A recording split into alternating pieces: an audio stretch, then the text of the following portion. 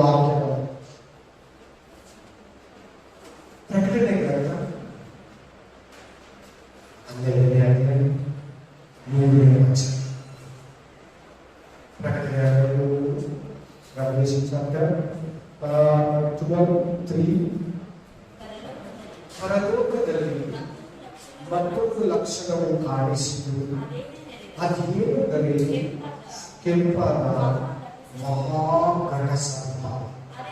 ಅದಕ್ಕೆ ಅದರ ಜೊತೆಲಿ ಘಟ ಸರ್ಪ ಕೆಳಗಡೆ 9ನೇ ವಚನದಲ್ಲಿ ನೋಡಿ, 12:9 ನೋಡಿ, ಪರಲೋಕದವರೆಲ್ಲರ ಮೇಲೆ ಮರಳುಗೊಳಿಸಿದ ಆ ಮಹಾಘಟ ಸರ್ಪವು, ಅಂದರೆ ಪಿಶಾಚನೆಂತಲೂ ಸೈತಾನನೆಂತಲೂ ಹೆಸರುಳ್ಳ ಪುರಾತನ ಸರ್ಪವು ಸರ್ಪ. ಇಲ್ಲಿಗೆ 2 ವಾಕ್ಯದಲ್ಲಿ ಮಹಾಘಟ ಸರ್ಪ ಅಂತಿದೆ, ಪಿಶಾಚನು ಅಂತಿದೆ, ಸೈತಾನನು ಅಂತಿದೆ. ಇವತ್ತು ಬೈಬಲ್ ಸ್ಟಡಿಯಲ್ಲಿ ದೇವರು ನಮ್ಮ ಮನದಲ್ಲಿ ಯಾವುದು ಬಗ್ಗೆ ಮಾತಾಡೋದಕ್ಕೆ ಮನಸ್ಸುಳ್ಳವರಾಗಿದ್ದಾರಂದ್ರೆ ಅವೇ ಸೈತಾನನ ಇತರ ನಾಮಗಳು. ನಾವು ಬರೀ ಸೈತಾನ ಅಂತ ಕೇಳಿದ್ದೀವಿ. ಸೈತಾನಿಗಿರೋ ಬೇರೆ ನಾಮಗಳು, ಅದರ ಅರ್ಥ, ಅದರ ವಿವರಣೆಯನ್ನು ನಾವು ಇವತ್ತು ನೋಡೋಣ. ಆಲ್ರೆಡಿ 12:3 ನೀವು ಓದಿದ್ರಿ. 12:3 ಏನಿದೆ? ಮಹಾಘಟ ಸರ್ಪ, ಕೆಂಪು ಅಂತಿದೆ ನೋಡಿ. ರೆಡ್ ಏನೆಲ್ಲ ಸೂಚಿಸುತ್ತದೆ? ಡೇಂಜರ್. ಏನೆಲ್ಲ ಸೂಚಿಸುತ್ತದೆ? ಡೇಂಜರ್. Hallelujah, amen. ಅದೇ ರೀತಿಯಾಗಿ ಸೈತಾನ ಡೇಂಜರ್. ಕೆಂಪು ಮಹಾಘಟ ಸರ್ಪ. ಸರ್ಪ ಅಂದ್ರೆ ಹಾವು. ಇಂಗ್ಲಿಷ್ ಅಲ್ಲಿ ಡ್ರ್ಯಾಗನ್ ಅಂತ ಹೇಳ್ತಾರೆ. ಏನಂತಿರ್ತದೆ? ಡ್ರ್ಯಾಗನ್. ಹಾವು ನೋಡಿ ಸರ್ಪ ಅಂತ.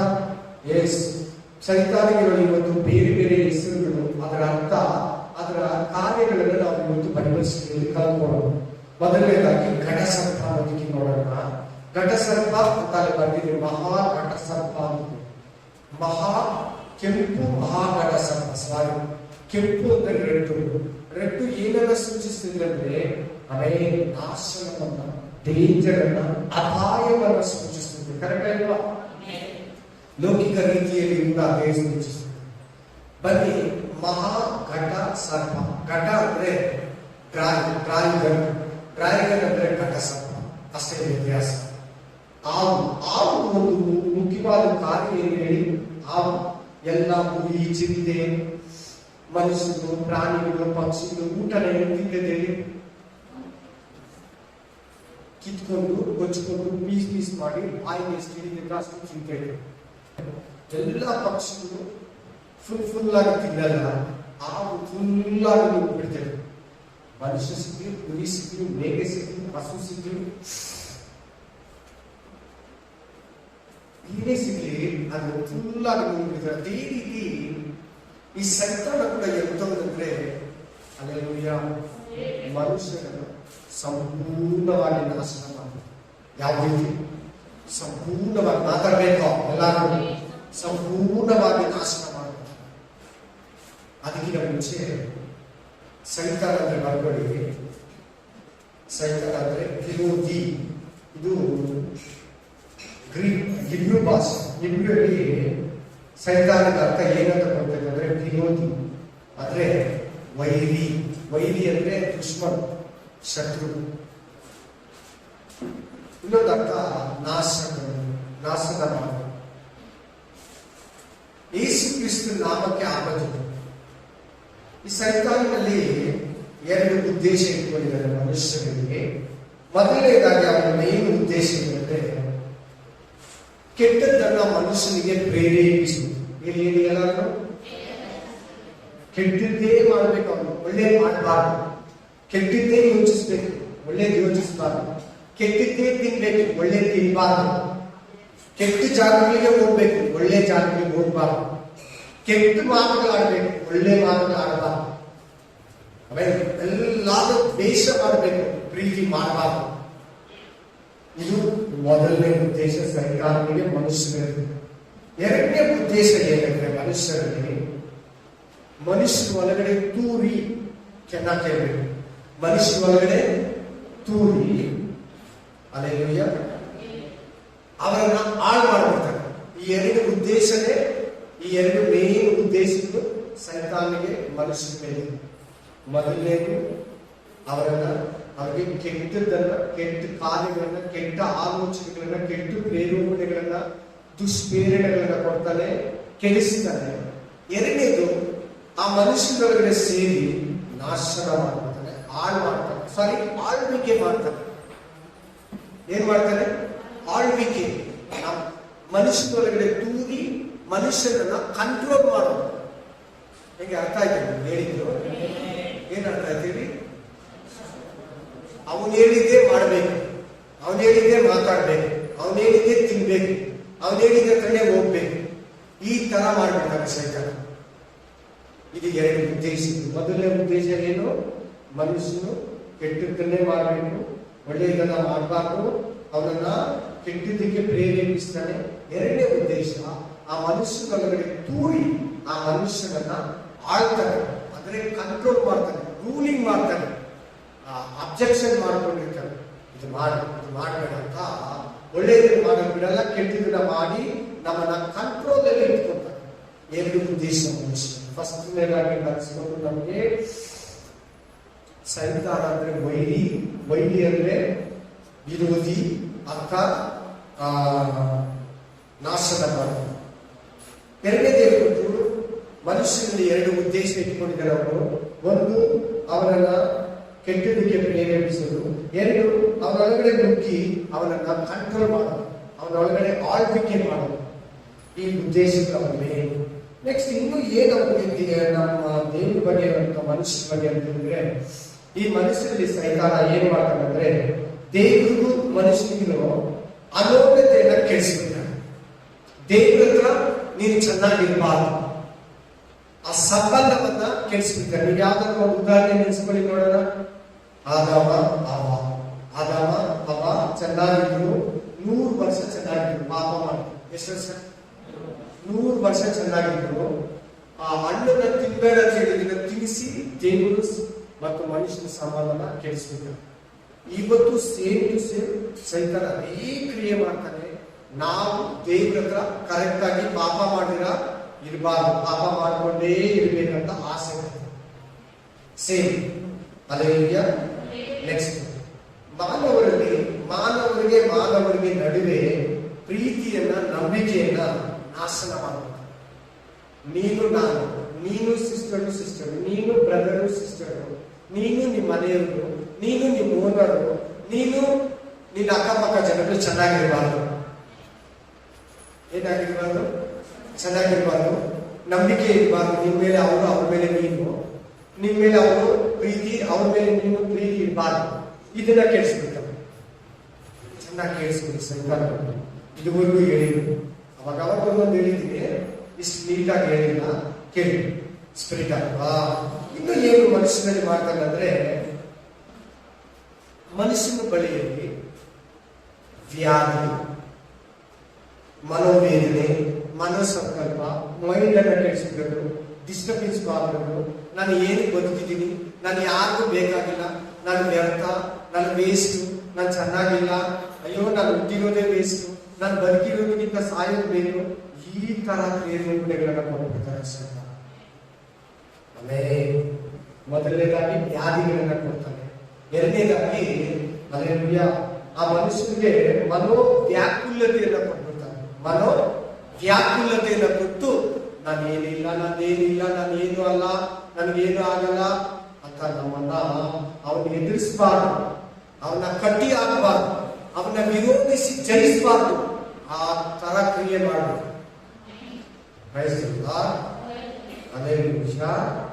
Thank you Jesus. ದೇವರ ಅನುಮತಿ ಇಲ್ದಿರ ಮನುಷ್ಯನೊಳಗಡೆ ಅವನು ಕೆಲಸ ಮಾಡಲ್ಲ. ಸೈತಾನ ಒಂದು ಮನುಷ್ಯನೊಳಗಡೆ ನುಗ್ಬೇಕಂದ್ರೆ, ಒಂದು ವಿಶ್ವಾಸದಲ್ಲಾಗ್ಲಿ, ಒಂದು ಪಾಸ್ಟರ್ ಲೈಫಲ್ಲಾಗ್ಲಿ, ಒಂದು ಮನುಷ್ಯನ ಲೈಫಲ್ಲಾಗ್ಲಿ, ಅವನು ಕಾರ್ಯ ಮಾಡ್ಬೇಕಾದ್ರೆ, ಕ್ರಿಯೆ ಮಾಡ್ಬೇಕಾದ್ರೆ ಅವನು ಫಸ್ಟ್ ದೇವರು ಪರ್ಮಿಷನ್ ಅನ್ನ ಕೇಳ್ತಾನೆ.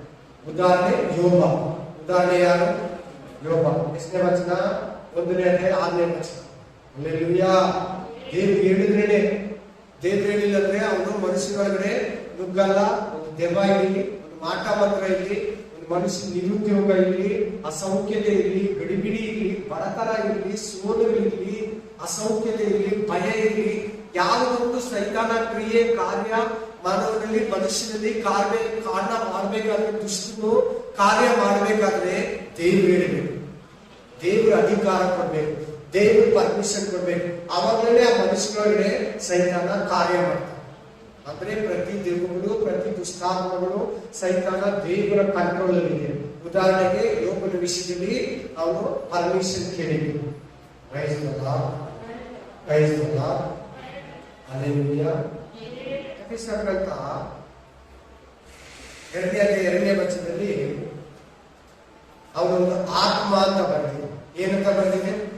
ಆತ್ಮ. ಓದಿ ಅದು 2:2 ಓದಿ. ನೀವು ಪೂರ್ವದಲ್ಲಿ ಅಪರಾಧಗಳನ್ನು ಪಾಪಗಳನ್ನು ಮಾಡುವವರಾಗಿದ್ದು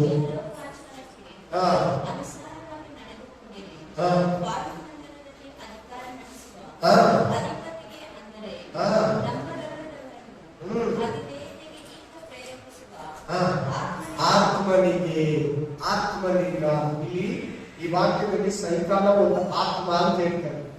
ನಮ್ಮ ತರ ಮನುಷ್ಯ ಬಾಡಿಯಲ್ಲಿ ನೀವು ಮುಟ್ಟಿದ್ರೆ ನಮ್ಗೆ ಏನಾಗುತ್ತೆ? ನೀವು ಮುಟ್ಟಿದ್ರೆ ಏನಾಗುತ್ತೆ? ಸಿಗ್ತೈತೆ ಕೈಗೆ, ಸೈತಾನ ಕೈಗೆ ಸಿಗಲ್ಲ. ಆತ್ಮವಾಗಿದ್ದಾರೆ ಸೈತಾನ. ಏನಾಗಿದ್ದಾರೆ? ಆತ್ಮವಾಗಿದ್ದಾರೆ. ಆತ್ಮವಾಗಿ ಕೆಲಸ ಮಾಡ್ತಾರೆ. Praise the Lord, praise the lord. ಎಷ್ಟು ಜನಕ್ಕೆ ಅರ್ಥ ಆಯ್ತು? ನಮ್ಮ ತರ ಕೈಗೆ ಸಿಗಲ್ಲ, ನಮ್ಮ ತರ ಕೈಗೆ ಸಿಗಲ್ಲ. ಆಮೇಲೆ ಆತ್ಮವಾಗಿದ್ದಾನೆ ಸೈತಾನ. ದೈವ ಕೇಳಿ, ನಂಬಿಕೆಯಿಂದ ಕೇಳಿ, ಅವನ ಬಗ್ಗೆ ತಿಳ್ಕೊಂಡ್ರೆ ನೀವು ಅವನನ್ನ ಜಯಿಸೋದು. ಅವನ ಬಗ್ಗೆ ತಿಳ್ಕೊಂಡ್ರೆ ನೀವು ಅವನನ್ನ ಜಯಿಸ್ತೀರ. ಇಲ್ಲಂದ್ರೆ ನಿಮ್ಮನ್ನೇ ಅವನು ಜಯಿಸ್ತಾನೆ. ನಾನಾದ್ರೂ ಅಷ್ಟೇ. ತಿಳ್ಕೊಬೇಕು. ದೇವ್ರ ಬಗ್ಗೆನೂ ಬರೀ ತಿಳ್ಕೊಂಡ್ರೆ ಸಾಕಾಗಲ್ಲ, ಸೈತಾನ ಬಗ್ಗೆನೂ ತಿಳ್ಕೊಬೇಕು. ಒಳ್ಳೇದ್ರ ಬಗ್ಗೆ ತಿಳ್ಕೊಂಡ್ರೆ ಸಾಕಾಗಲ್ಲ, ಕೆಟ್ಟದ್ರ ಬಗ್ಗೆನೂ ಚೆನ್ನಾಗಿ ತಿಳ್ಕೊಬೇಕು. ಅವಾಗ ನಾವು ಆ ಕೆಟ್ಟದನ್ನ ನಾವು ಮಾಡಲ್ಲ. ಎಲ್ಲಾನು ತಿಳ್ಕೊಬೇಕು. ವಿಶ್ವಾಸ ಜೀವನದಲ್ಲಿ ಅದು ಇದು ಇದು ಮಾತ್ರ ನನಗೆ ಸಾಕು ಅನ್ಬೇಡಿ. ಎಲ್ಲ ವಿಷಯಗಳು ಬೈಬಲ್ ಏನೇನು ಹೇಳ್ತಿದ್ರು ಅವೆಲ್ಲರೂ ನೀವು ಕಲ್ತ್ಕೊಬೇಕು. Praise the lord. ಆವಾಗಲೇ ನಿಮ್ಮ ಹತ್ರ ಅವನ್ನ ಅನುಭೋದು, ನಿಮ್ಮ ಹತ್ರ ಅವನು ತಗ್ಗೋದು, ನಿಮ್ಮ ಹತ್ರ ಅವನು ನಿಮ್ಗೆ ಅಧೀನ ಆಗೋದು. ಇಲ್ಲಂದ್ರೆ ಸೈತಾನ ಚಿಟಿಕೆ ಹೊಡೆದು ನಕ್ಕೊಂಡು ನಮ್ಮ ಕುಟುಂಬನ ಬೇಯಿಸ್ತಾನೆ ಅಂತ ನಾನು ನಿಮ್ಗೆ ಹೇಳ್ತೀನಿ. ಉರಿಸ್ತಾನೆ ಸ್ಪಿರಿಟ್ ಆಫ್ ಗಾಡ್. ಸೊ ಎಫೆಸ 2:2 ಏನಂತ ಹೇಳ್ತಾನೆ? ಸೈತಾನ ಒಂದು ಆತ್ಮವಾಗಿದ್ದಾನೆ. ಸೈತಾನ ಎಂತವನಾಗಿದ್ದಾನೆ? ಆತ್ಮವಾಗಿದ್ದಾನೆ. ಪ್ರೈಸ್ ದ ಲಾರ್ಡ್. ಮತ್ತಾಯ 12:24 ನೋಡಿ. Matthew chapter 12:24.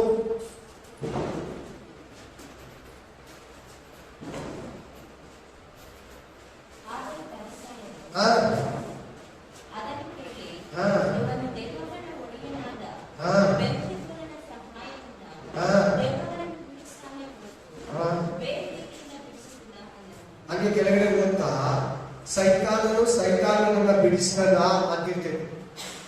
ಅವನ ರಾಜ್ಯದಲ್ಲಿ ಭೇದ ಬಂತು. ಸೈತಾನನಿಂದ ಬಿಡಿಸಲ್ಪಟ್ಟವನಂದ್ರೆ ಅವನ ರಾಜ್ಯದಲ್ಲಿ ಭೇದ ಇದೆ. ಆ ರಾಜ್ಯ ಉಳಿಯಲ್ಲ ಅಂತ ಕೆಳಗಡೆ ಇದೆ. ಅದರ ಅರ್ಥ ಏನು ಗೊತ್ತಾ?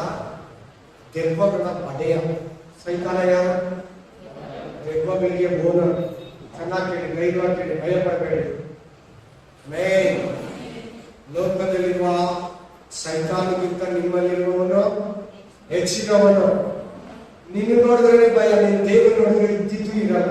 ಆ ತರ ಒಂದು ನಿನಗೆ ಇರೋ ಅಭಿಷೇಕ, ನಿನಗಿರೋ ಕರುವಿಗೆ, ನಿನಗಿರೋ ದೀಕ್ಷಾಸ್ಥಾನ, ನಿನಗಿರೋ ಅಭಿಷೇಕ, ನಿನ್ನಲ್ಲಿ ವಾಸಿಸೋ ಪವಿತ್ರಾತ್ಮನು, ನಿನ್ ಕೈಯಲ್ಲಿರೋ ಬೈಬಲ್ ಅಷ್ಟು ಪವರ್ಫುಲ್.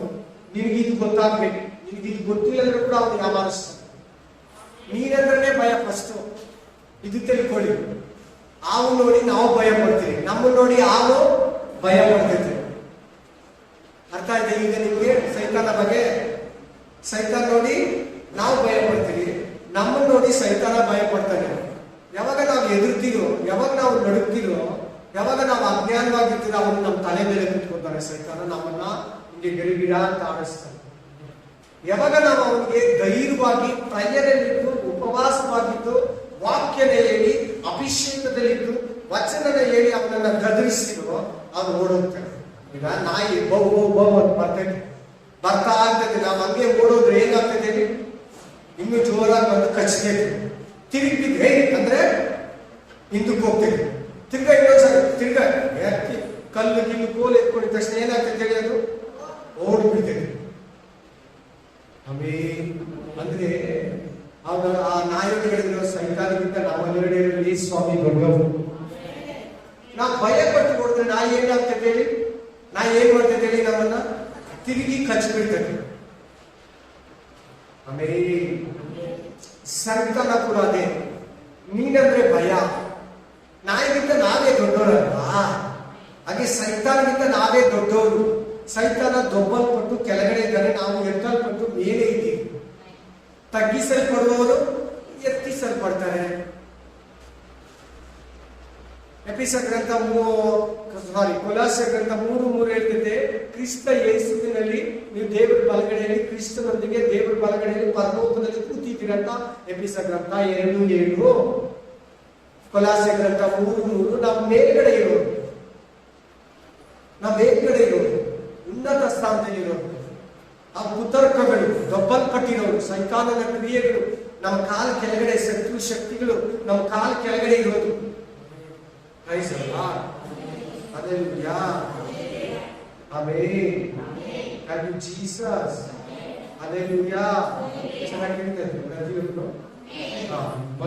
ಕೇಳಿ ಸೈತಾನ ಯಾರನ್ನ ನೀವು ಚೆನ್ನಾಗಿ ತಿಳ್ಕೊಬೇಕು, ಅವಾಗಲೇ ನೀವು ಅವನನ್ನ ತುಳಿಯೋದಕ್ಕೂ ಜಯಿಸೋದಕ್ಕೂ ಅವನನ್ನ ಕಟ್ಟಿ ಹಾಕೋದಕ್ಕೂ ನಿಮ್ಮ ಜೀವನದಲ್ಲಿ ರೋಗ, ಬಲಹೀನತೆ, ವ್ಯಾಧಿ, ಕಷ್ಟ, ಕಳವಳ, ಕಣ್ಣೀರು, ದುಃಖ, ಬಡತನ, ನಿರುದ್ಯೋಗ, ನಿರುತ್ಸಾಹ, ಕಳವಳ ಎಲ್ಲ ಕೊಟ್ಟು ನಮ್ಮನ್ನ ಪೀಡಿಸ್ತಾರೆ, ನಮ್ಮನ್ನ ಕಾಡ್ತಾರೆ, ನಮ್ಮನ್ನ ಬೇಸರ ಪಡಿಸ್ತಾರೆ. ನಮ್ಮ ಮನೆಯಲ್ಲಿ ನಮ್ಗೆ ಗಲಾಟೆ ಇರ್ತಾರೆ, ಸಭೆಗೆ ಬೇಸರ ತರ್ತಾನೆ, ದೇವರಿಂದ ದೂರ ಮಾಡ್ತಾನೆ, ಬೋಧಕರಿಂದ ದೂರ ಮಾಡ್ತಾನೆ, ವಿಶ್ವಾಸ ಸಂಬಂಧದಿಂದ ದೂರ ಮಾಡ್ತಾನೆ. ಇದು ಸೈತಾನ ಮಾಡ್ತಾರೆ, ನಮ್ಮ ಗಂಡ ಅಲ್ಲ. ಇದು ಸೈತಾನ ಮಾಡ್ತಾ ಇರೋದು ನಮ್ಮ ಹೆಂಡತಿ ಅಲ್ಲ. ಇದು ಸೈತಾನ ಮಾಡ್ತಾ ಇರೋದು ನಮ್ಮ ವಿಶ್ವಾಸಿ ಅಲ್ಲ.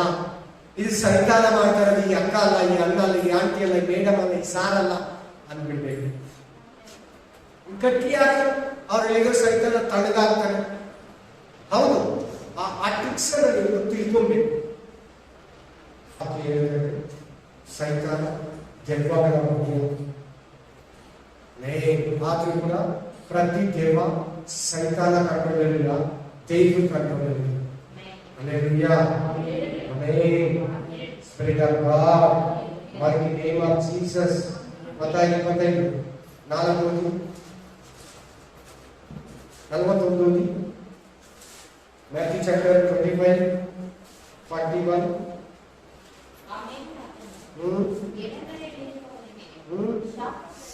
ಶಾಪಗ್ರಸ್ತರೇ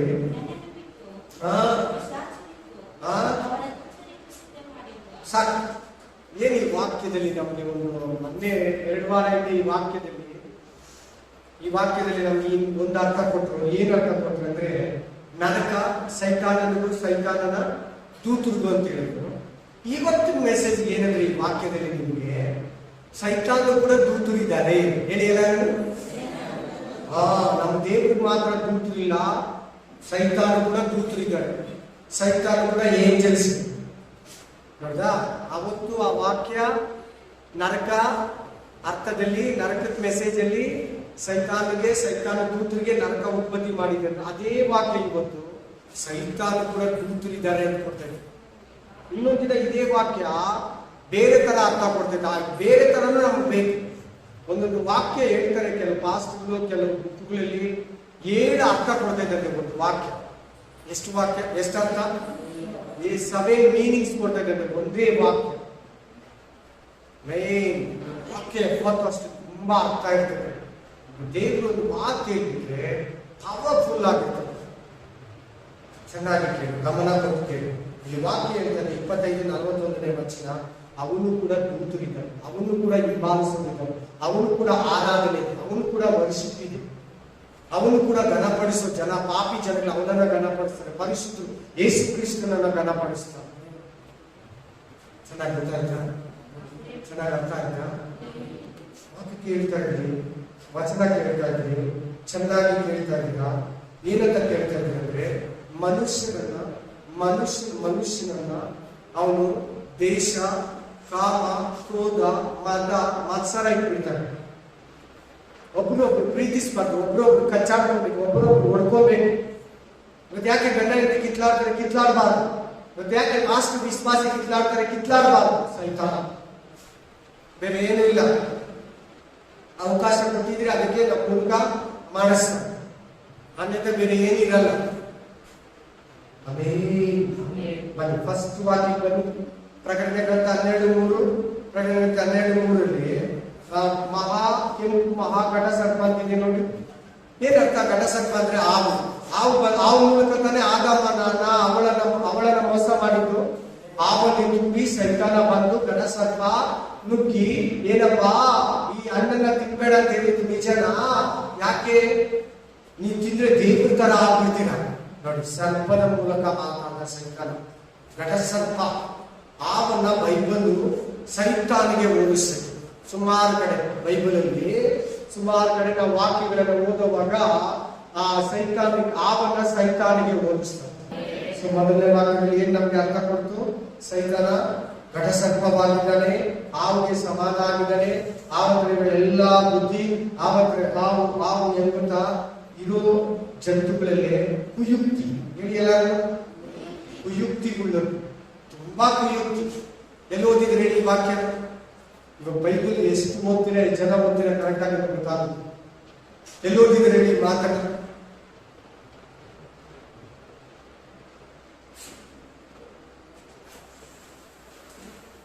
ಓದಿಲ್ವಾ? ಆದಿಕಾಂಡ 3ನೇ ಅಧ್ಯಾಯದಲ್ಲಿ ಇದೆಯಾ ನೋಡಿ. ಓದಿ ಬೇಗ ತೆಗೆದು ನೋಡಿ. ತುಂಬಾ ಕುಯುಕ್ತಿ ಅಂತೆ ಹಾವು. ಹಾಗೆ ಸೈತಾನ ಬಲೆ ಕುಯುಕ್ತಿ ಇರೋರು, ತುಂಬಾ ಕುಯುಕ್ತಿ. ಕೆಲವರು ಕುಯುಕ್ತಿ ಮಾಡ್ತೀವಿ ನೋಡಿದ್ದೀರಾ? ಜನಗಳು ಕೆಲವರು ಕುಯುಕ್ತಿ ಮಾಡ್ತಾರೆ ನೋಡಿದ್ದೀರಾ? ಬಲೆ ಚೇಷ್ಟೆಗಳು, ಬಲೆ ರೀತಿಗಳು, ಬಲೆ ಆಲೋಚನೆಗಳು, ಬಲೆ ಏನನ್ನಾದ್ರು ಮಾಡ್ತಾ ಇರ್ತಾರೆ. ಏನನ್ನ ಒಂದು ಕೆಟ್ಟಿದ್ದು ಅವ್ರು ಮಾಡ್ತಾನೇ ಇರ್ತಾರೆ. ಅವನ ಆತ್ಮನೆ ಏನಂತ ಬಂದಿದೆ ಅಲ್ಲಿ? ದೇವರ ಸೃಷ್ಟಿಯಲ್ಲೇ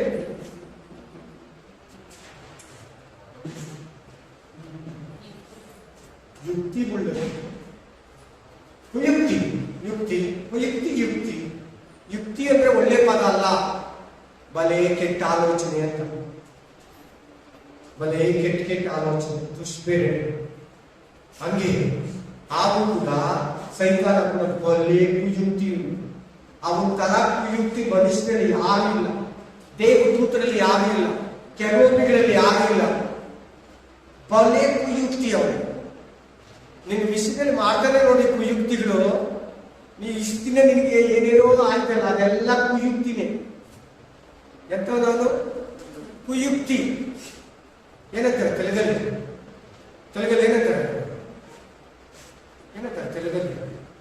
ಗೊತ್ತಿಲ್ಲ. ಮಾತಾಡಲ್ಲ. ತೆಲುಗು ಬರ್ತಿದ್ದೆ ಬರಲ್ಲ.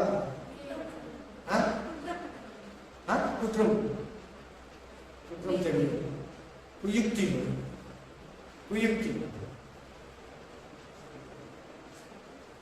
ಚೇಷ್ಟೆಗಳು ಹೇಳಿ ಕೊಡ್ತೀವಿ. ಓದಿ ಪ್ರಕಟಣೆ ಗ್ರಂಥ 12:9 ಓದ್ರಲ್ಲ, ಅಲ್ಲಿ ಪಿಶಾಚು ಅಂತಿದೆ ನೋಡಿ. ರೆವಲ್ಯೂಷನ್ 12:9 ಪಿಶಾಚು ಅಂತಿದೆ ನೋಡಿ. ಸೈತಾನಿಗೆ ಇನ್ನೊಂದು ಹೆಸರೇನು? ಪಿಶಾಚರು. ಅದೇ ಪಿಶಾಚು ಇದೆ, ಕೇಳಿದ್ದೀರಾ? ಪಿಶಾಚಿ ಪಟ್ಟಿ ಕೇಳಿದ್ದೀರಾ? ಪಿಶಾಚಿ ಕುರಿಸಿರ್ತಿದ್ರು. ತಮಿಳವರು ಸೈತಾನ್ ಅಂತ ಜಾಸ್ತಿ ಬಳಸಲ್ಲ. ತಮಿಳು ವಿಶ್ವಾಸಿಗಳು ಓದುಗಳು ಪಿಶಾಚಿ ಕರೆಕ್ಟ್ ಆಗ ತಮಿಳು ಮೆಸೇಜ್ ಕೇಳಿದ್ರು. ಸೈತಾನಿಗೆ ಇನ್ನೊಂದು ಹೆಸರೇನು? ಘಟ ಸರ್ಪ. 3ನೇದು ಪಿಶಾಚು. 4ನೇದು ಪಿಶಾಚು. 3ನೇದು ಹಲ್ಲೆಲೂಯಾ. ಪಿಶಾಚಿ ಅಂದ್ರೆ ಏನಂತ ಅಂದ್ರೆ ಕೆಡಿಸುವುದು, ಮನುಷ್ಯನ ಕೆಡಿಸುವುದು. ಆ ಬುದ್ಧಿ ಈ ಬುದ್ಧಿ, ಆ ಆಲೋಚನೆ ಈ ಆಲೋಚನೆ, ಆ ಕಣ್ಣು ಇದು ಕೊಟ್ಟು ಅದು ಕೊಟ್ಟು ಕೆಡಿಸಿ ಕೆಡಿಸಿ ಕೆಡಿಸಿ ಅವನನ್ನ ಕಡೆಗೆ ಪಾಪಿಯನ್ನಾಗಿ, ಆತ್ಮಹತ್ಯೆ ಮಾಡಿ ಮೋಸಗಾರನನ್ನಾಗಿ, ಕುಡುಕನನ್ನಾಗಿ, ಆಮೇಲೆ ಅವನನ್ನ ಭಿಕಾರಿಯನ್ನಾಗಿ, ಅವನನ್ನ ಬರ್ಬಾದನ್ನಾಗಿ ಕೆಡಿಸಿ ಬಿಸಾಡುತ್ತದೆ ಪಿಶಾಚಿ ಕ್ರಿಯೆ. ಹೇಳಿ ಎಲ್ಲರೂ ಪಿಶಾಚಿ ಕ್ರಿಯೆಗಳಂತ ಹೇಳಿ. ನನ್ನನ್ನು ಬಿಟ್ಟು ಅಂತ ಹೇಳಿ. Amen. Hallelujah. Praise the lord. ಮುಂದೆ ಹೆಸರು ಹೋಗೋಣ. ಓದಿ ಪ್ರಕಟಣೆ ಗ್ರಂಥ 12 ರೆವಲ್ಯೂಷನ್ ಚಾಪ್ಟರ್ 12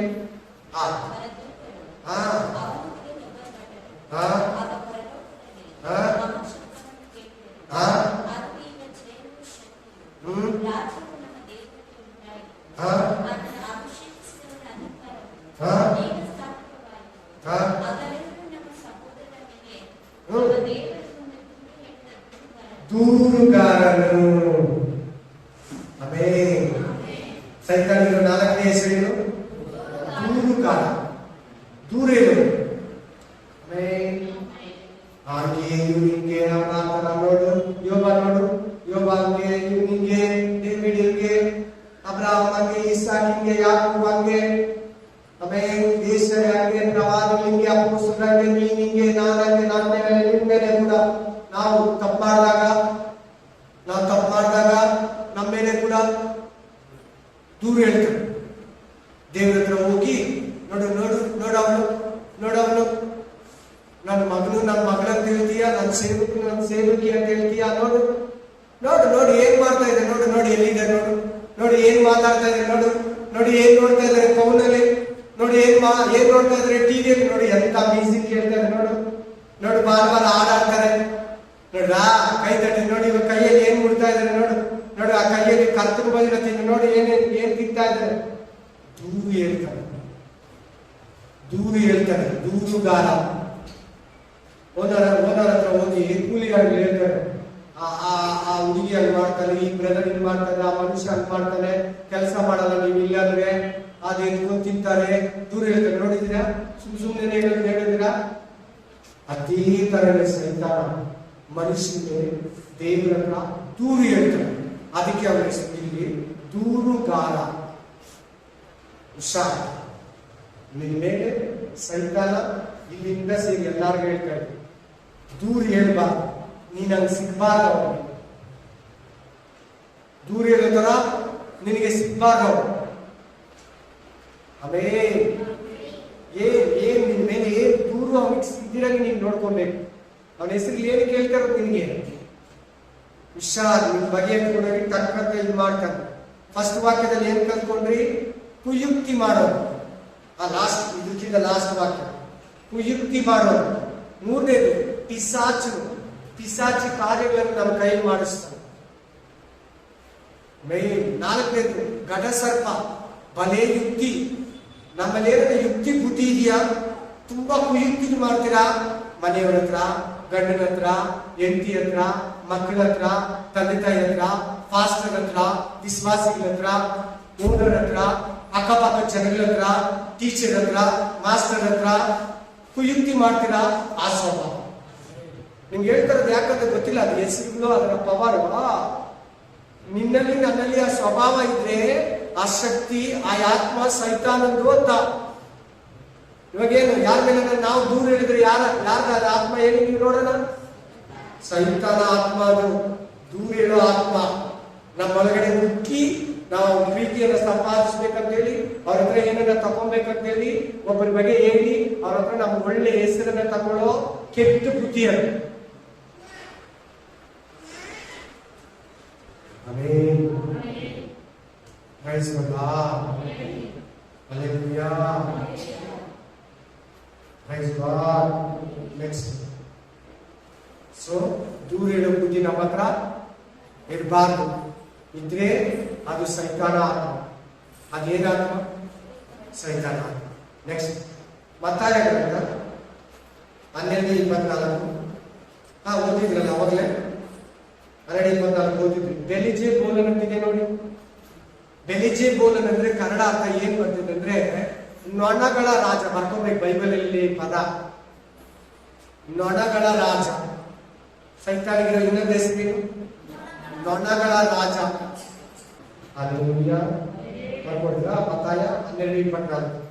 ದೆವ್ವಗಳ ಒಡೆಯ ಅಂತ. ನೊಣಗಳ ರಾಜ, ದೆವ್ವಗಳ ಒಡೆಯ. ಇನ್ನೊಂದು 3ನೇ ಪದ ಏನಂದ್ರೆ ಬೆಲೆಜೆಬೂಲನು. 3 ಅರ್ಥ ಕೂಡ ಒಂದು. ನೊಣಗಳ ರಾಜ, ಬೆಲೆಜೆಬೂಲನು, ದೆವ್ವಗಳ ಒಡೆಯ. Amen. Hallelujah. Praise the Lord. Praise the lord. ಏನ್ ಮಾಡ್ತಾರೆ ಅಂದ್ರೆ ಇವನು ದೆವ್ವಗಳಿಗೆ ಬೋಧಿಸ್ತಾರೆ. ಏನಂತ ಬೋಧಿಸ್ತಾರೆ ಅಂದ್ರೆ ಆ ಮನೆಗೂ, ಆ ಹುಡುಗಿ ಹತ್ರ, ಆ ಹುಡುಗರ ಹತ್ರ, ಆ ಲೇಡಿ ಹತ್ರ, ಆ ಜೆಂಟ್ಸ್ ಹತ್ರ, ಆ ಮುದುಕನ್ಗೂ, ಆ ಮುದುಕಿ ಹತ್ರ, ಆ ಮನೆ ಒಳಗಡೆ ಹೋಗಿ ಆ ಮನೆಯನ್ನ ಕೆಡಿಸು. ಆ ಮನೆಯಲ್ಲಿ ಒಬ್ಬರಿಗೊಬ್ಬರಿಗೆ ಜಗಳ ಇತ್ತು. ಆ ಹುಡುಗನಿಗೆ ಕೆಟ್ಟ ಬುದ್ಧಿ ಕೊಡು, ಆ ಹುಡುಗಿಗೆ ಕೆಟ್ಟ ಆಲೋಚನೆ ಕೊಡು, ದೇಶಿ ಬುದ್ಧಿ ಕೊಡು. ಏನು ಹೋಗಿ ದೇಶಿ ಆತ್ಮನ ಕಳಿಸ್ತಾನೆ ಆ ಹುಡುಗಿ ಹತ್ರ ಹೋಗಿ ಅಟ್ಯಾಕ. ಆ ಹುಡುಗನ ಹತ್ರ ಹೋಗಿ ಕೆಲಸ ಮಾಡ್ತಾರೆ. ವ್ಯಭಚಾರ ಆತ್ಮ ಕೊಡು, ಸುಳ್ಳೇಳು ಆತ್ಮ ಕೊಡು. ಹೋಗ ಮನೆಗೆ ಹೋಗು, ಹೋಗ ಥಿಯೇಟರ್ಗೆ ಹೋಗು, ಹೋಗ ಪಾರ್ಗಳು, ಹೋಗ ಆ ಊರನ್ನ ಕೆಡಿಸು. ಇದ್ರ ಅರ್ಥ ಅಲ್ಲಿ ವಾಕ್ಯ ಬೇಕಂತ ಮೆಸೇಜ್. ನಮ್ಮೊಳಗಡೆ ಅಂತ ಆತ್ಮಕ್ರಿಯೆ get out in the name of Jesus ಅಂತ ಆಲೋಚನೆ ನಮ್ಮಲ್ಲಿ ಬರ್ತಾ ಇರೋದ್ರಲ್ಲಿ ನಾವು ಯಾಕಂದ್ರೆ ಅಂತ ಕೊಡಬಾರ್ದು. ಕೊಡ್ತಾರೆ ಮನುಷ್ಯರು ಗೊತ್ತಾ? ಹೋಗ್ಬಿಟ್ಟು ಆ ಮನೆ ಜಗಳ ಬಂದ್ಬಿಡು, ಹೇಳ್ಬಿಟ್ಟು ಬಂದು ಅವ್ರ ಮೇಲೆ ದೂರ ಹೇಳ್ಬಿಟ್ಟು ಬಂದು ಮೇನ್ ಸೈತಾನ ಹೆಂಗಂದ್ರೆ ದೇವ್ರನ್ನೆಲ್ಲ ಕೂಡಿಸ್ಕೊಂಡು, ದುರಾತ್ಮಗಳನ್ನೆಲ್ಲ ಕೂಡಿಸ್ಕೊಂಡು ಪಾಠ ಮಾಡ್ತಾನೆ. ಏನ್ ಮಾಡ್ತಾನೆ? ಒಂದು ಪಾಸ್ಟರ್ ಒಂದು ಅಷ್ಟು ವಿಶ್ವಾಸಗಳನ್ನ ಕೂಡಿಸ್ಕೊಂಡು, ನೀವು ಈ ಮನೆಗೆ ಹೋಗಿ ಪ್ರೇಯರ್ ಮಾಡ್ಬಿಟ್ಟು, ನೀವು ಈ ಏರಿಯಾಗೆ ಹೋಗಿ, ನೀವು ಈ ಏರಿಯಾಗೆ ಹೋಗಿ, ಬುಧವಾರ ಆ ಏರಿಯಾಗೆ ವಿಸಿಟ್ ಮಾಡಿ ಅಂತ ಪಾಸ್ಟರ್ ಕಳಿಸ್ದಂಗೆ ಸೈತಾನ ದೇವಗಳನ್ನ ಮನೆಗಳಿಗೆ ಕಳಿಸ್ತಾರೆ. ನಮ್ಮ ಮನೆ ಕಳಿಸ್ತಾರೆ ಅನ್ಕೋಬೇಡಿ. ನಿಮ್ಮ ಮನೆಗೆ ಪ್ರೇಯರ್ ಯಾಕೆ ಮಾಡ್ತಾರೆ? ಪ್ರೇಯರ್ ಇದ್ರೆ ಬರಲ್ಲ. ಆಮೇಲೆ ಬೈಬಲ್ ಇದ್ರೆ ಬರಲ್ಲ. ಭಯ ಪಡ್ಬೇಡಿ, ಧೈರ್ಯ ಹೋಗಿ, ಧೈರ್ಯ ಕೇಳಿ. ಕೆಟ್ಟ ಬುದ್ಧಿ ನಮ್ಮ ಹತ್ರ ಇದೆ ಅಂದ್ಮೇಲೆ ಆ ಹುಡುಗನ ಹತ್ರ ಹೋಗು, ಆ ಆಂಟಿ, ಆ ಮನುಷ್ಯ, ಆ ಲೇಡಿ, ಆ ಮೇಡಮ್, ಆ ಆಫೀಸ್ ಕೆಡಿಸು. ಆ ಆಫೀಸ್ ಕೆಲವು ಆಫೀಸ್ ಒಂಥರ ಇರ್ತದೆ ಕ್ರಿಯೆ, ಸೈತರ ಕ್ರಿಯೆ. ಫ್ಯಾಕ್ಟ್ರಿ ಮೇಲೆ, ಒಂದು ಕಂಪನಿ ಮೇಲೆ, ಒಂದು ಮನೆ ಮೇಲೆ, ಒಂದು ಊರ ಮೇಲೆ, ಒಂದು ಮನುಷ್ಯನ ಮೇಲೆ ಬೋಧಿಸಿ ಹೇಳಿಕೊಟ್ಟು ಅಲ್ಲಿ ಕಳಿಸೋದು.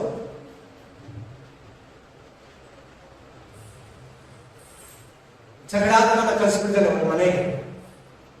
ಆ ಮನೆಯಲ್ಲಿ ಬಂದು ಒಬ್ರಿಗೊಬ್ಬರಿಗೆ, ಇಬ್ಬರು, ಮೂವರಿಗೆ, 4 ಜನಕ್ಕೆ, 5 ಜನ ಇದ್ರೆ 5 ಜನರು ಜಗಳ ಆಡ್ತಾ ಇರ್ತಾರೆ, ಬೈಕೊತಾ ಇರ್ತಾರೆ, ಕಚ್ಚಾಡ್ತಾ ಇರ್ತಾರೆ, ಕೈ ಅಂತ ಇರ್ತಾರೆ. ನಿಮ್ಗೆ ಅರ್ಥ ಆಗೋದು ಕೇಳ್ತೀನಿ ಲೋಕಲ್ ಭಾಷೆ. ಹುಷಾರ್. ಈ 7 ಮಾತುಗಳು ಯಾವಾಗ ನಿಮ್ಮಲ್ಲಿ ಇದ್ರೆ ಫಸ್ಟ್ ಗೆಟ್ ಔಟ್ ಮಾಡಿ ಅವ್ರಿಗೆ ಗೇಟ್ ಪಾಸ್ ಕೊಡಿ ನಿಮ್ ಲೈಫಲ್ಲಿ.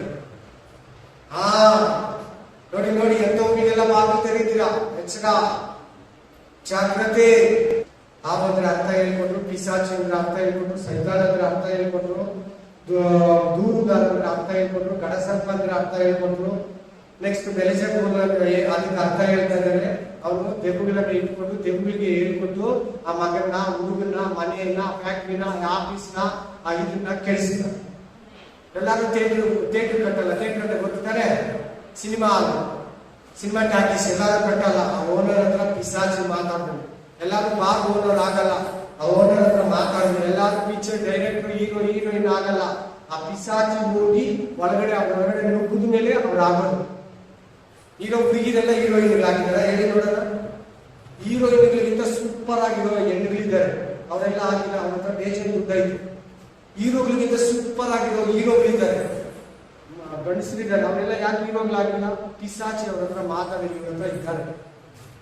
ಅವ್ರ ಸಹಾಯಕ್ಕೆ ಆಕ್ಟ್ ಮಾಡಲ್ಲ. ಆಮೆನ್. ಹಲ್ಲೆಲೂಯಾ. ಇದು ಬೆಲೆಜೆಬೂಲನು, ದೆವ್ವಗಳ ಒಡೆಯ, ಮತ್ತೆ ನೊಣಗಳ ರಾಜ ಅಂದ್ರೆ ಅರ್ಥ. Spirit of god. Hallelujah. Next ಪಾಠಕ್ಕೆ ಹೋಗ್ತಾರೆ. 2 ಕೊರಿಂಥ 4:4, 2 ಕೊರಿಂಥ 4:4. ಫಾಸ್ಟ್ ಆಗ್ತದೆ.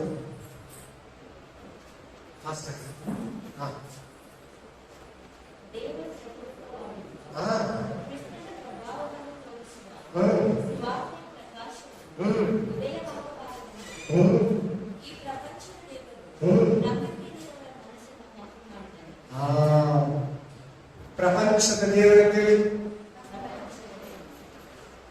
ನಾನು 25 ವರ್ಷ ಈ ಪ್ರಪಂಚ ದೇವರನ್ನ ಆರಾಧಿಸ್ತೀನಿ. ಈಗ 15 ವರ್ಷದಿಂದ ನಿಜವಾದ ದೇವರನ್ನ ಆರಾಧಿಸ್ತಾರೆ. ಈಗ ಅರ್ಥ ಆಯ್ತಾ ನಿಮಗೆ? ಈಗ ಅರ್ಥ ಆಯ್ತಾ? 25 ವರ್ಷ ಈ ಪ್ರಪಂಚದ ದೇವರು ಸೈತಾನ್ನ ಆರಾಧಿಸ್ತಾರೆ. ಯಾವ ಹೆಸರಿದ್ದಾರೆ ಗೊತ್ತಾನೆ? ಎಲ್ಲ ಹೆಸರು ಒಂದೇ, ಒಬ್ಬನೇ. ಎಲ್ಲ ಹೆಸರು ಏನು, ಆ ಹೆಸರು ಈ ಹೆಸರು, ಈಗ ಅವ್ರ ಮನೆ ದೇವ್ರು, ನಿಮ್ಮ ಮನೆ ದೇವ್ರು, ನಮ್ದೊಂದು ನಿಮ್ಮ ಮನೆ ದೇವ್ರು ಒಂದು ಇರ್ತೈತಲ್ಲ, ಒಂದೇ. ಎಲ್ಲಾನು ಸೈತಾನ. ಈಗ ಲೋಕದ ದೇವರು, ಸಾರಿ ಪ್ರಪಂಚದ ದೇವರು. ನಮ್ಮ ದೇವರು ಪರಲೋಕದ ದೇವರು. ಎಲ್ಲರೂ ಹೇಳಿ. ಅದು ತಿಳಿದುಕೊಂಡು ಪಾಸ್ಟರ್ ಹೇಳಿದ್ರು, ಬ್ರದರು ಪ್ರಪಂಚದ ದೇವರು ಅಂತ ಹೇಳ್ಬಿಟ್ಟ. ಸೈತಾನ ಅಷ್ಟು ದೊಡ್ಡವನ, ಸೈತಾನ ಅಷ್ಟು ದೊಡ್ಡವನ. ಪ್ರಪಂಚ ಅಂದ್ರೆ ಈ ಲೋಕ. ನಮ್ಮ ದೇವರು ಬಂದು ಎಲ್ಲಾ ಲೋಕಗಳಿಗೆ, ಸರ್ವ ಸೃಷ್ಟಿಗೆ ದೇವರು. ಅರ್ಥ ಆಯ್ತಾ? ಅರ್ಥ ಆಯ್ತು? ಹೆಸರಿಗೆ ಅರ್ಥ ಆಯ್ತು? ಆಮೇಲೆ ಒಂದು ಕಂಪನಿಗೆ ಓನರ್ ಒಬ್ರು, ಇನ್ನೊಬ್ರು 10 ಕಂಪನಿಗೆ ಓನರ್. ಈಗ ಅರ್ಥ ಆಯ್ತು ನಿಮ್ಗೆ? ಯಾರು ದೊಡ್ಡವರು? 10 ಕಂಪನಿ ಓನರ್ ದೊಡ್ಡವರು. ಸರ್ವ ಸೃಷ್ಟಿಗೆ ದೇವರು, ಪರಲೋಕದ ದೇವರು ನಮ್ಮ ಯೇಸು ಸ್ವಾಮಿ. ಹಾಗೆ ಸೈತಾನ ಈ ಲೋಕದ ಪ್ರಪಂಚದ ದೇವರು. ಆ ಹೆಸರು ಈ ಹೆಸರು, ಆ ಊರಲ್ಲಿ ಆ ಹೆಸರು, ಈ ಊರಲ್ಲಿ ಈ ಹೆಸರು, ಆ ದೇಶದಲ್ಲಿ ಒಬ್ಬೊಬ್ಬರೇ, ಒಂದೊಂದು ಊರಲ್ಲಿ ಒಂದೊಂದು ಮನೆಯಲ್ಲಿ, ಒಂದೊಂದು ದೇಶದಲ್ಲಿ ಒಂದೊಂದು ಹೆಸರಲ್ಲಿ ಆವರಿಸಿಕೊಂಡಿರ್ತಾರೆ ಸೈತಾನ. ಈಗ ಅರ್ಥ ಆಯ್ತಾ? ಇಷ್ಟು ದೇವರು ಅಂತ ಓದಿ. ಯೋಹಾನ ಗ್ರಂಥ 12:31. John chapter 12:31. ಈಗ ಲೋಕಾಧಿಪತಿ ಇದೆ ಅಂತ ನೋಡಿ.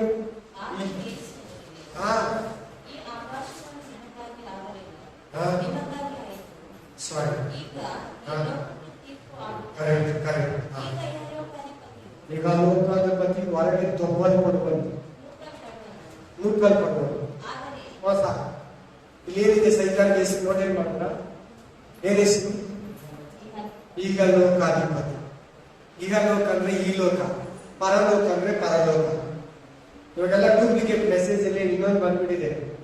ಈಗ ಈ ಪರಲೋಕ ಅಂದ್ರೆ ಪರಲೋಕ ಅಂತ, ಆಮೇಲೆ ಇಹಲೋಕ ಅಂದ್ರೆ ಪರಲೋಕ ಅಂತ ಹಂಗೆ ಹೇಳ್ತಾರೆ ಬೋಧನೆಗಳಲ್ಲಿ. ಹುಷಾರ್, ಜಾಗ್ರತೆ. ಪರಲೋಕ ಅಂದ್ರೆ ಪರಲೋಕ, ಭೂಲೋಕ ಅಂದ್ರೆ ಇಹಲೋಕ. ಸತ್ತೋರು ಹೇಳ್ತಾರೆ, ಕೇಳಿದಿರಾ? ಇಹಲೋಕನ ತ್ಯಜಿಸ್ಬಿಟ್ಟ. ಕೇಳಿದಿರಾ? ಇಹಲೋಕನ ತ್ಯಜಿಸ್ಬಿಟ್ಟ. ಇಹಲೋಕಾಧಿಪತಿ ಈ ಪ್ರಪಂಚಕ್ಕೆ, ಸಾರಿ ಈ ಭೂಮಿಗೆ ಕಂಟ್ರೋಲ್ ಮಾಡ್ತಾ ಇದ್ದಾರೆ. ಈ ಭೂಮಿಯನ್ನ ಪಾಪ ಮಾಡಿಸಿ ಮನುಷ್ಯನ ಕೈಲಿ ಭೂಮಿಯನ್ನ ಕಿತ್ಕೊಂಡು ಮೋಸ ಮಾಡಿ ಈ ಭೂಮಿಯನ್ನ ರೂಲ್ ಮಾಡ್ತಾ ಇದ್ದಾರೆ. ಅದರ ಅರ್ಥ ಈಗಕ್ಕೆ ಈ ಲೋಕಕ್ಕೆ ಅಧಿಪತಿ ಯೇಸು ಸ್ವಾಮಿ ಬರೋವರೆಗೂ ಈ ಭೂಮಿಯನ್ನ ಕಂಟ್ರೋಲ್ ಮಾಡ್ತಾ ಇದ್ದಾರೆ. ಯಾವಾಗ ಯೇಸು ಸ್ವಾಮಿ ಬಂದು ಸೈತಾನ ಕಾರ್ಯಗಳನ್ನು ಲಯ ಮಾಡ್ತೋ ಅದು ಫಿನಿಶ್ ಆಗುತ್ತೆ. ಈಗ ಅರ್ಥ ಆಯ್ತಾ? ಈಗ ಲೋಕಾಧಿಪತಿ ಅಂದ್ರೆ ಇದೆಲ್ಲ ನನಗೆ ಕೊಟ್ಟಿದೆ. ಕೇಳಿದಿರ ವಾಕ್ಯ? ಇದೆಲ್ಲ ನನಗೆ ಕೊಟ್ಟಿದೆ, ನನ್ನ ಕಾಲಕ್ಕೆ ಅಡ್ಡಾಡ್ಬಿಟ್ಟು ನಿನ್ಗೆ ಕೊಡ್ತೀನಿ. ಈಗ ಲೋಕಾಧಿಪತಿನ ಅಲ್ವಾ? ಈ ಫ್ಯಾಕ್ಟ್ರಿಗೆ ನಾನೇ ಓನರ್ ಅಂತ ಹೇಳ್ತಾರೆ, ನೋಡಿದಿರಾ? ಈ ಊರಿಗೆ ನಾನೇ ಲೀಡರ್, ಯಜಮಾನ, ಮೆಂಬರ್ ಅಂತ ಹೇಳ್ತಾರೆ, ಕೇಳಿದಿರಾ? ಆ ತರ ಈ ಭೂಲೋಕಕ್ಕೆ ನಾನೇ ಲೀಡರ್ ಅಂತ 4000 ವರ್ಷ ಹೇಳಿದ ಯೇಸು ಸ್ವಾಮಿ ಬಂದು ಎಲ್ಲವನ್ನ ಫಿನಿಶ್ ಮಾಡ. ಈಗ ಲೋಕಾಧಿಪತಿ ಅಂದ್ರೆ ಅರ್ಥ ನಮ್ಮ ಹತ್ರ ಬುದ್ಧಿ ಬದುಕೊಳ್ಳೋ ಬುದ್ಧಿ, ಹುಷಾರ್. ಈ ಸ್ವಭಾವಗಳೆಲ್ಲ ಮನುಷ್ಯನಲ್ಲಿ ಕ್ರಿಯೆ ಮಾಡೋದು ನಾನು ಹೇಳ್ತಾ ಇರೋದು. ನಾನು ಓನರು, ನಾನು ಮನೆಗೆ ಯಜಮಾನ, ನಾನು ಹೇಳ್ದಂಗೆ ಕೇಳಬೇಕು, ನಾನು ಪಾಸ್ಟರು, ನನಗೆಲ್ಲ ಗೊತ್ತು, ನಾನು ಈ ಊರಿಗೆ ಯಜಮಾನ, ನಾನು ಈ ಏನೇನು CM, ನಾನು ಈ ರಾಜ್ಯಕ್ಕೆ CM, ನಾನು ಈ ದೇಶಕ್ಕೆ ಮಂತ್ರಿ. ಡಿಕ್ಟೇಟರ್ಶಿಪ್ ಅಂತಾರೆ ಅದನ್ನು, ಸರ್ವಾಧಿಕಾರ. ಹೇಳಿ ಎಲ್ಲರೂ ಏನಂತ ಪದ ಅಂತೇಳಿ. ಒಂದು ಮನೆ ಯಜಮಾನನು ಅಷ್ಟೇ, ನಾನು ಯಜಮಾನ ಅಹಂ ಇರಬಾರ್ದು, ಎಲ್ಲರೂ ಈಕ್ವಲ್ ಆಗಿ ನೋಡ್ಬೇಕು. ಒಂದು ಏರಿಯಾ ಲೀಡರು ಅಷ್ಟೇ, ನಾನು ಲೀಡರ್ ಅನ್ನೋ ಅಹಂ ಅವನಲ್ಲಿ ಬರಬಾರ್ದು. ಬಂತಂದ್ರೆ ಸರ್ವಾಧಿಕಾರಿ ಆಗ್ತದೆ. ನೀನು ಅಷ್ಟೇ, ನಿಮ್ಗೆ ಎಷ್ಟನ್ನ ತಿಳಿದಿರ್ಲಿ, ಎಷ್ಟನ್ನ ಗೊತ್ತಿರ್ಲಿ, ಎಷ್ಟನ್ನ ಕಲ್ತ್ಕೊ, ಬೈಬಲ್ ಅಲ್ಲಿ ಹೊರಗಡೆ ಜ್ಞಾನ ನೀನ್ ಕೊಚ್ಕೊಂಬೇಡ. ಅದು ಈಗ ಲೋಕ ಸಂಬಂಧವಾದ ಆತ್ಮ, ಈಗ ಲೋಕ ಆತ್ಮ. ಈ ಲೋಕದಲ್ಲೇ ನಮ್ಮನ್ನ ನಾವು ಕೊಚ್ಕೊಂಡು ನಾನು ಇಷ್ಟಿದ್ದೀನಿ ಅಷ್ಟಿದ್ದೀನಿ, ನನ್ಗೆ ಇಷ್ಟಿದೆ, ನನಗೆ ಅಷ್ಟು ಗೊತ್ತು, ಇಷ್ಟು ತಿಳ್ಕೊಂಡಿದ್ದೀನಿ, ನಾನು ವರ್ಷಿಪ್ ಲೀಡರು, ನಾನು ಪಾಸ್ಟರು, ನಾನು ಎವೆಂಜಲಿಸ್ಟು, ನಾನು ಬಿಷಪ್, ನಾನು ರೆವರೆಂಟು, ನಾನು ನನಗೆ 100 ಸಭೆ ಇದೆ, ನನ್ನ ಕೆಳಗಡೆ 10 ಪಾಸ್ಟರ್ ಇದ್ದಾರೆ, ನಾನು 100 ಪಾಸ್ಟರ್ಗೆ ಓನರ್ ಪಾಸ್ಟರ್. ಲೋಕಾಧಿಪತಿ ಆತ್ಮ, ಅಧಿಪತಿ, ನನ್ನ ಅಧಿಕಾರಿ, ನಾನು ಎಲ್ಲಾರ ಮೇಲೆ ಇದ್ದೀನಿ, ನನ್ನ ಕೆಳಗಡೆ ಇಷ್ಟು ಜನ ಇದ್ದಾರೆ, ಬರಲೇಬಾರ್ದು. ಎಷ್ಟು ಕೆಲಸ ಮಾಡ್ಬೇಕು, ಪೇಮೆಂಟ್ ಇಸ್ಕೊಬೇಕು, ಹೋಗ್ತಾರೆ.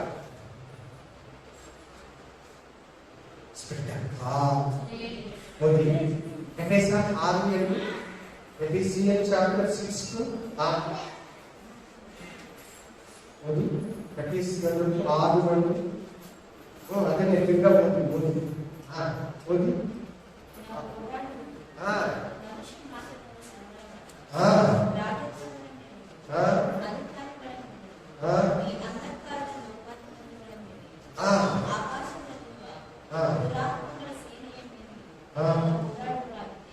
ಈಗ ಲೋಕಾಧಿಪತಿ ಏನಲ್ಲ ಅರ್ಥ ಕೊಡ್ತಾ ಇದೆ. ಪ್ರಪಂಚದ ಅಧಿಪತಿ, ವಾಯುಮಂಡಲದಲ್ಲಿ ಅಧಿಕಾರ ನಡೆಸುವ ಅಧಿಪತಿ. ಹಲ್ಲೆಲೂಯಾ. 2 ಅನ್ನಲ್ಲ, ಸಾರಿ, 2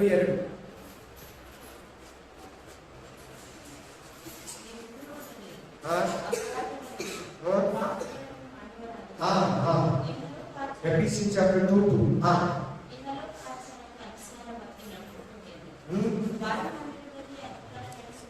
ಅಧಿಪತಿಗೆ ಸಾಕು, ಇನ್ನು ಹೆಚ್ಚಾಗಿ ಹೋಗ್ತಾರೆ. ಅವರಿಗೆ ಇದೇ ವಾಕ್ಯ ಓದಕ್ಕೆ ಏನರ್ಥ ಕೊಟ್ಟರು? ಆತ್ಮನು ಸೈತಾನನು ಏನು ಒಂದು ಆತ್ಮ. ಇದೇ ಮತ್ತೆ ಅದೇ ವಾಕ್ಯದ ಓದ್ತಾ ಇದ್ರೆ ಏನರ್ಥ ಕೊಡ್ತಾ ಇದೆ? ವಾಯುಮಂಡಲದಲ್ಲಿ ಅಧಿಕಾರ ನಡೆಸುವ ಅಧಿಪತಿ. ಪರಲೋಕಕ್ಕೂ ಭೂಲೋಕಕ್ಕೂ ಸೆಂಟ್ರಲ್ಲಿ 6 ಆಕಾಶ ಇದೆ. ಎಷ್ಟು ಆಕಾಶ ಇದೆ? ಒಟ್ಟು 7 ಆಕಾಶ ಇದೆ. 3ನೇ ಆಕಾಶದಲ್ಲಿ ವಾಯುಮಂಡಲದ ಅಧಿಕಾರ, ಅಂಧಾಕಾರದ ಲೋಕಾಧಿಪತಿಗಳಿರೋದು ಅಲ್ಲೇ. ನಾನು ಹೇಳಿದೆಲ್ಲ, ಒಂದು ಟೀಮ್ ಕಟ್ಕೊಂಡು ಈ ಮನೆಗೆ ಹೋಗಿ, ಈ ಆಫೀಸ್ಗೆ ಹೋಗಿ, ಈ ಫ್ಯಾಕ್ಟ್ರಿಗೆ ಹೋಗಿ ಕೆಡಿಸು ಅಂತ ಹೇಳ್ಕೊಂಡು ಅಲ್ಲೇ ವಾಯುಮಂಡಲದ ಅದೊಂದು ಆಕಾಶ. ಹೇಳಿ ಎಲ್ಲರಿಗೂ. ಪರಲೋಕ ಒಂದು ಆಕಾಶ, ಭೂಲೋಕ ಒಂದು ಆಕಾಶ, ವಾಯುಮಂಡಲ ಕೂಡ ಒಂದು ಆಕಾಶ. ಅದು 3ನೇ ಆಕಾಶ ಇದೆ. ಅಲ್ಲಿ ಸೈತಾನ ಟೀಮನ್ನು ಕಟ್ಕೊಂಡು ತನ್ನ ಸೈನ್ಯಕ್ಕೆ ಬೋಧಿಸುವ ಸ್ಥಳ. ಅದಕ್ಕೆ ಗಾಳಿ ಮಾತುಗಳು ನೀವು ಆಡಬೇಡಿ. ಏನು ವಾಯು ಅಂದ್ರೆ ಏನು? ಗಾಳಿಗೆ ಅಧಿಪತಿ. ಹೇಳಿ ಎಲ್ಲರೂ. ಯಾಕೆ ಇವತ್ತು ಮೊಬೈಲ್ ತುಂಬಾ ಕೆಟ್ಟದ್ದು ಹೇಳಿ. ಗಾಳಿ ಇಲ್ಲಂದ್ರೆ ಮೊಬೈಲ್ ವರ್ಕ್ ಆಗಲ್ಲ. ಗಾಳಿ ಇಲ್ಲಂದ್ರೆ ಕಂಪ್ಯೂಟರ್ ಅಲ್ಲಿ, ಮೊಬೈಲ್ ಅಲ್ಲಿ ಯಾಕೆ ಬರೀ ಕೆಟ್ಟದ್ದು ಹೇಳಿ? ಗಾಳಿ. ವಾಯುಮಂಡಲದ ಅಧಿಕಾರ ನೋಡಿ. ವಾಯು ಅಂದ್ರೆ ಗಾಳಿ. ವಾಯು ಅಂದ್ರೆ ಏನು? ಗಾಳಿ. ಗಾಳಿಗೆ ಅಧಿಪತಿ. ಈ ಗಾಳಿಯನ್ನ ಕಂಟ್ರೋಲ್ ಮಾಡ್ತಾ ಇದ್ದಾನೆ. ಈಗ ಸಮುದ್ರದ ಮೇಲೆ ಗಾಳಿ ಎಬ್ಬಿಸಿದ್ ಯಾರು ಹೇಳಿ? ದೇವ್ರೇ ಎಬ್ಬಿಸ್ಬಿಟ್ಟು ದೇವ್ರೇ ಮಾಡ್ಕೊಂಡ? ಆ ತರ ಎಲ್ಲ ಮಾಡಲ್ಲ. ಆಮೇಲೆ ಆ ಸೈತಾನ ಎಬ್ಬಿಸ್ದ, ದೇವ್ರಿಗೆ ಗದರಿಸ್ದ ಅಷ್ಟೇ. ಕೆಲವರು ಹಂಗೆ ಹೇಳ್ತಾರೆ, ಕೇಳ್ಬೇಡಿ. ಚೆನ್ನಾಗಿ ಗಮನ ಕೇಳಿ. ಯೇಸುವಿನ ನಾಮದಲ್ಲಿ ಹಲ್ಲೆಲೂಯಾ. ವಾಯುಮಂಡಲದಲ್ಲಿ ಅಧಿಕಾರ ನಡೆಸುವ ಅಧಿಪತಿ ಸರ್ಕಾರಗಳು ಇನ್ನೊಂದು ಹೆಸರು. ಆಮೇಲೆ ಗಾಳಿ ಮಾತುಗಳಿಗೆ, ಗಾಳಿ ಸುದ್ದಿಗಳನ್ನ ಮಾತಾಡಬೇಡಿ, ಕೇಳಬೇಡಿ. ಯಾವ ಬಂದ್ರೆ ಮೊಬೈಲ್ ಟಕ್ ಶೇರ್ ಮಾಡಬೇಡಿ. ಅಸತ್ಯನ ಹುಷಾರ್. ಈ ಅಧಿಪತಿ ಕಂಟ್ರೋಲ್ ಅಲ್ಲಿ ಇದೆ. ಪುರುಷ 12:1 ಓದ್ಕೊಳ್ಳಿ. ಗಾಳಿ ಕೆಟ್ಟದ್ದು ಅಂತಿದೆ. ನೆಕ್ಸ್ಟ್ ಲಾಸ್ಟ್ ವಾಕ್ಯ ಹೋಗ್ತೀವಿ.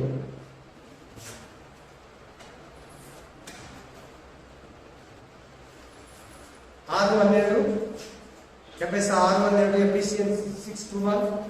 ಅಂಧಾಕಾರದ ಲೋಕಾಧಿಪತಿ ಇದೆ ಅಂತ ನೋಡಿ.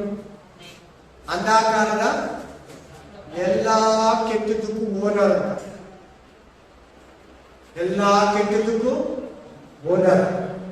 ಅಂಧಾಕಾರ ಅಂದ್ರೆ ಕೆಟ್ಟದ್ದು, ಅಂಧಾಕಾರ ಅಂದ್ರೆ ರೋಗ, ಅಂಧಾಕಾರ ಅಂದ್ರೆ ಬಾಧೆ, ಅಂಧಾಕಾರ ಅಂದ್ರೆ ಮಾಟ ಮಂತ್ರ, ಅಂಧಾಕಾರ ಅಂದ್ರೆ ವಿಗ್ರಹ ಆರಾಧನೆ, ಅಂಧಾಕಾರ ಅಂದ್ರೆ ಮೋಸ ವಂಚನೆ, ಎಲ್ಲಾ ಕುಯುಕ್ತಿ ಕೆಟ್ಟದ್ದು. ರೋಗ, ಬಲಹೀನತೆ, ಶೋಧನೆ, ಬಡತನ, ನಿರುದ್ಯೋಗ, ಬಂಜತನ, ಪಾಪ, ಶಾಪ ಎಲ್ಲ ಅಂಧಕಾರ. ಏನೇನ್ ಸಮಾಧಾನ ಇಲ್ಲ ನಮ್ಮನ್ನ ಬಾಧಿಸ್ಲಿಕ್ಕೆ, ಪೀಡಿಸ್ಲಿಕ್ಕೆ, ನಮ್ಮನ್ನ ಕಳವಳ ಪಡಿಸಿದ್ರೆ ಎಲ್ಲ ಅಂಧಕಾರ.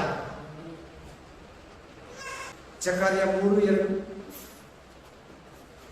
ಜಕರ್ಯ 3:2, 3:2.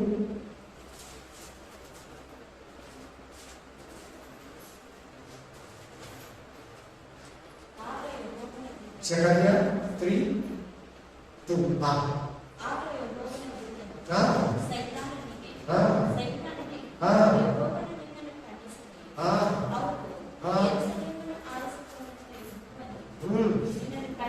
ಸೈತಾನನಿಗೆ ಅಲ್ಲಿ ದೇವರು ನಿನ್ನನ್ನು ಏನ್ ಮಾಡಿ ಅಂತ ಹೇಳ್ತಾ ಇದ್ದಾರೆ, ದೂತನು ಖಂಡಿಸ್ಲಿ ಅಂದ್ರೆ ಅದರ ಅರ್ಥ ಏನಲ್ಲಿ ಸೋತಿರೋ ಶತ್ರು.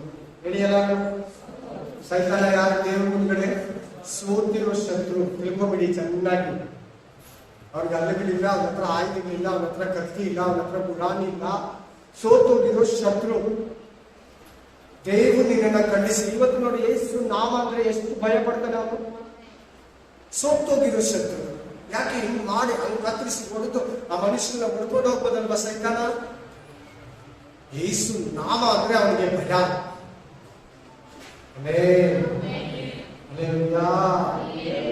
ಸೈತಾನನ ಸ್ವಭಾವಗಳು, ಸೈತಾನನ ಹೆಸರುಗಳು, ಕ್ರಿಯೆಗಳು, ಕೆಲಸಗಳು ಎಫೆಕ್ಟಿವ್. ಇದು ಮನುಷ್ಯರಲ್ಲಿ ಇರ್ತವೆ. ಇವೆಲ್ಲ ಕಂಪ್ಲೀಟ್ಲಿ ಯಾರನ್ನ ಒಬ್ಬೊಬ್ಬರಲ್ಲಿ ಒಂದೊಂದೊಂದೊಂದೊಂದೊಂದೊಂದು ಇದ್ದೇ ಇದೆ ಹೇಳಿದ್ದು ಎಲ್ಲಾ ಬುದ್ಧಿಗಳು. ಸೊ ಏನಕ್ಕೆ ಇನ್ನೂ ಐತೆ ಅಂದ್ರೆ ಆಲ್ರೆಡಿ ಕಾಲವ ಜಾಸ್ತಿ ಹೇಳಿದ್ರು.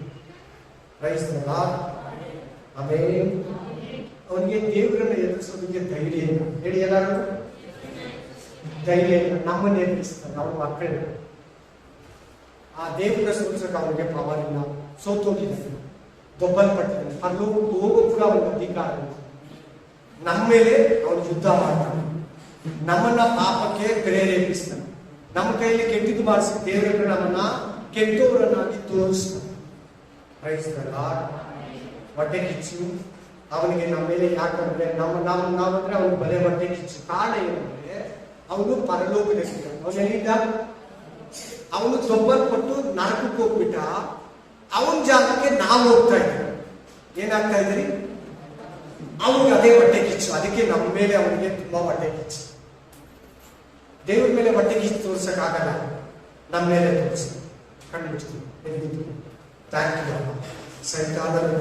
ಸೈತಾನಿರುವ ಇದರ ಲಾಭಗಳನ್ನು ಕುರಿತು, ಅದರ ಅರ್ಥವನ್ನು ಕುರಿತು ನಮ್ಮ ಹತ್ರ ಮಾತಾಡಿದ್ದೇವೆ. ಅದ್ಭುತವಾಗಿ, ಅತಿಶಯವಾಗಿ, ವಿಶೇಷವಾಗಿ ಆಶೀರ್ವದಿಸಲ್ಪಟ್ಟ ವೇಳೆಯಲ್ಲಿ, ಆಶೀರ್ವದಿಸಲ್ಪಟ್ಟ ಸಮಯದಲ್ಲಿ ಬೈಬಲ್ ಸ್ಟಡಿಯಲ್ಲಿ ಈ ಸೈತಾನನ ಸ್ವಭಾವಗಳು, ಸೈತಾನನ ಆತ್ಮಗಳು, ಯಾವುದೇ ರೀತಿ ಅಂಧಕಾರ ಶಕ್ತಿಗಳು ಸಭೆಯಲ್ಲಿ ಎಷ್ಟು ಮಾತ್ರ ಕ್ರಿಯೆ ಮಾಡದಂತೆ ಒಬ್ಬೊಬ್ಬರನ್ನ ಹುಟ್ಟಿ ಕಾಪಾಡುವ ರಾಜ. ಒಬ್ಬೊಬ್ಬರಿಗೆ ಜ್ಞಾನದ ಅರಿವನ್ನು, ಶಕ್ತಿಯನ್ನು ತಂದು, ಧೈರ್ಯವನ್ನು ತಂದು, ಯೇಸುವಿನ ನಾಮದಲ್ಲಿ ಎದುರಿಸುವ ಜ್ಞಾನವನ್ನ, ಆ ಅಧಿಕಾರವನ್ನು ಅನುಗ್ರಹಿಸು, ಆಶೀರ್ವದಿಸು, ಬಲಪಡಿಸಿ ಯೇಸುವಿನ ನಾಮದಲ್ಲಿ. ನನ್ನ ಮನವಿಯ ಕೋಮಲನ್ನು ಕೊಂಡಾಗ ನನ್ನ ಸಭೆಯ ಪವಿತ್ರನಾಮವನ್ನು ಕೀರ್ತಿಸಿ, ನನ್ನ ಮನವಿಯ ಕೋಮಲನ್ನು ಕೊಂಡಾಗ ಆತ್ಮ